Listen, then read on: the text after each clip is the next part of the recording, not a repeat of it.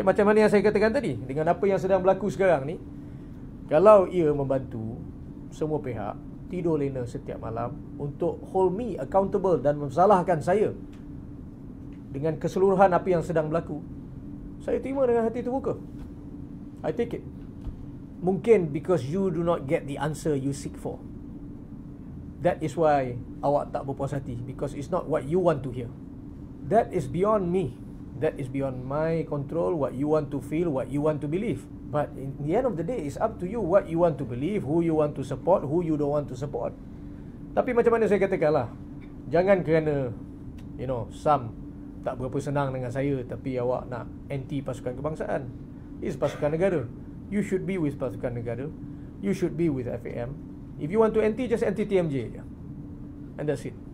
Very clear cut.